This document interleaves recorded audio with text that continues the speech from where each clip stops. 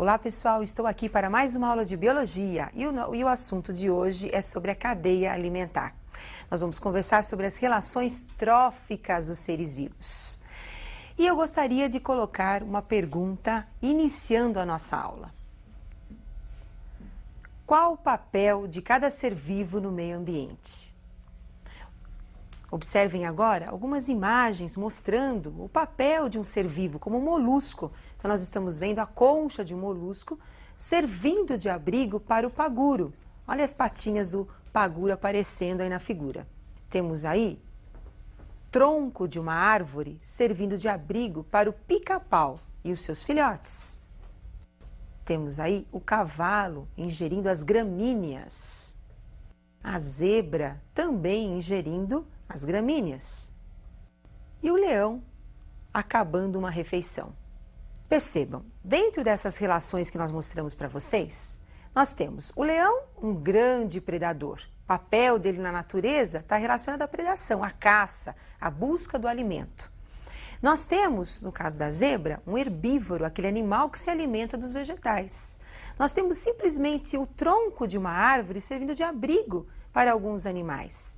Então é assim que os seres vivos se relacionam, dando abrigo um para o outro, servindo de alimento. E essas relações serão estudadas dentro da ecologia. Porém, hoje nós vamos estudar apenas as relações alimentares dos seres vivos. E dentro dessas relações alimentares, nós temos a base dessas relações, que são os produtores, os vegetais. Então, os vegetais são aqueles que produzem o seu próprio alimento, são os autótrofos. Acompanhem comigo algumas imagens de produtores. Então, nós temos aí a imagem de uma floresta, onde vocês estão observando as árvores, grandes produtores desse meio ambiente. Temos aí também a presença das gramíneas e as algas, mostrando ou cobrindo uma parte de rochas. Acabamos de observar alguns dos produtores que nós encontramos aí dentro do nosso ecossistema. Agora nós vamos conversar sobre os outros participantes de uma cadeia alimentar. Então observem agora como é que nós formamos uma cadeia alimentar. Então nós temos o sol é a fonte energética para os produtores, são as plantas. Elas realizam a fotossíntese, produzindo o seu próprio alimento, liberando oxigênio, e para ocorrer a fotossíntese é necessária a presença do gás carbônico. Essa planta, esse produtor, vai servir de comida para um outro animal. O nosso exemplo aí é o veado, como vocês estão observando. Esse animal, considerado consumidor primário, consumidor porque ele vai ingerir o produtor. Então, por isso também é considerado primário. E também temos aí a presença do leão. O leão vai ingerir o veado, consumidor secundário, por estar ingerindo o veado. Tanto o veado como o leão vão servir de alimento para os decompositores, que são as bactérias e os fungos. E o veado e o leão agora passarão a ser os nutrientes após a decomposição pelas bactérias e pelos fungos para os produtores, fechando então o ciclo da matéria na cadeia alimentar, no ecossistema. Observaram? Então nós temos o produtor, quem ingere o produtor é o consumidor primário, e quem ingere o consumidor primário é o consumidor secundário, e todos os outros seres vivos, tanto os produtores como os consumidores, servem de alimento aos decompositores. E são os decompositores que realizam a reciclagem da matéria orgânica. Então, eles decompõem os cadáveres desses animais ou partes desses animais e dos vegetais e transformam todas essas substâncias em nutrientes que serão aproveitados novamente aí pelos vegetais. Agora, eu gostaria que vocês observassem que nós temos vários tipos de cadeias alimentares. E são essas cadeias alimentares que nós vamos mostrar agora para vocês. Então, observem a cadeia de parasitas. Temos então aí a cadeia de parasitas. Produtor, correspondendo ao primeiro nível trófico, consumidor primário, segundo nível trófico, e o consumidor secundário, terceiro nível trófico. No exemplo da cadeia de parasitas, então nós temos aí uma árvore representando o produtor. Em particular, nós temos o pulgão, consumidor primário, se alimentando do produtor, aí no caso, sugando a seiva da árvore, buscando o seu alimento, através do parasitismo.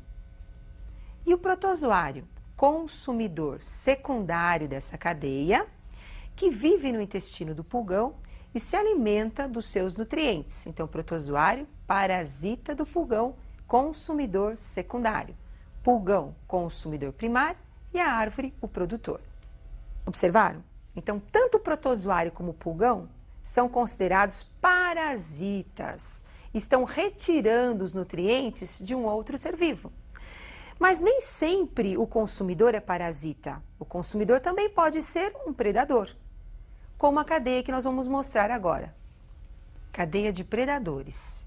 Então, nós temos aí o produtor, consumidor primário e o consumidor secundário. Vamos para o nosso exemplo. Nós temos aí a cadeia de predadores. Nós temos o fundo de uma lagoa. Produtor, a planta aquática. O molusco, consumidor primário. Obtém o seu alimento raspando o caule e as folhas dessa planta aquática. Em seguida, temos o peixe, consumidor secundário, que se alimenta desse molusco. Então, nós temos uma cadeia onde tem o produtor, que é a planta aquática, o molusco, que é o consumidor primário, e o peixe, que é o consumidor secundário. Ao lado, nós temos uma ave, pronta para pescar o seu peixe. Nesse caso, se introduzirmos essa ave na cadeia, ela passa a ser um consumidor terciário da cadeia de predadores. Observaram? Nós temos então a cadeia de parasitas, a cadeia de predadores e nós temos também uma cadeia que pode ser mista, onde nós teremos consumidores parasitas e consumidores predadores também. Mas nem sempre nós temos uma sequência linear de relações tróficas, que é a cadeia alimentar. Em alguns casos, nós teremos várias cadeias reunindo o que nós chamamos de uma teia alimentar. A teia alimentar são as inter-relações entre as cadeias alimentares, como nós vamos descrever. E eu gostaria que você acompanhasse esse exemplo, demonstrando o que é uma teia alimentar. Milho é o produtor, o vegetal, que está produzindo o seu alimento para o homem, que é um consumidor primário, e também para a galinha, consumidor primário aí. Mas o homem também ingere a galinha, então ele passa a ser um consumidor secundário ao ingerir a galinha. Tanto a galinha como o homem podem servir de comida para o verme. O verme, quando se alimenta da galinha, quando ele é encontrado no intestino da galinha, ele é um consumidor secundário nessa cadeia. Quando o verme é encontrado no intestino do homem, ele pode ser um consumidor secundário ou terciário, na sequência. Por quê? Porque o homem é primário, então o verme é secundário. Quando o homem é secundário, o verme também é terciário. Agora observem, tanto o homem como a galinha, como o verme e assim o milho, são todos decompostos, passam pelo processo de decomposição pelas bactérias e fungos e são transformados em nutrientes. E esses nutrientes ficam no solo, onde serão reaproveitados pelo produtor, fechando aí o ciclo da matéria da cadeia alimentar. Então a matéria ela é transferida de um nível trófico para o outro. O que é o nível trófico? Produtor corresponde ao primeiro nível trófico da cadeia, consumidor primário ao segundo nível trófico, consumidor secundário ao terceiro nível trófico e assim sucessivamente. E agora eu gostaria que vocês lembrassem daquela pergunta inicial. Observem a pergunta. Qual o papel de cada ser vivo no meio ambiente?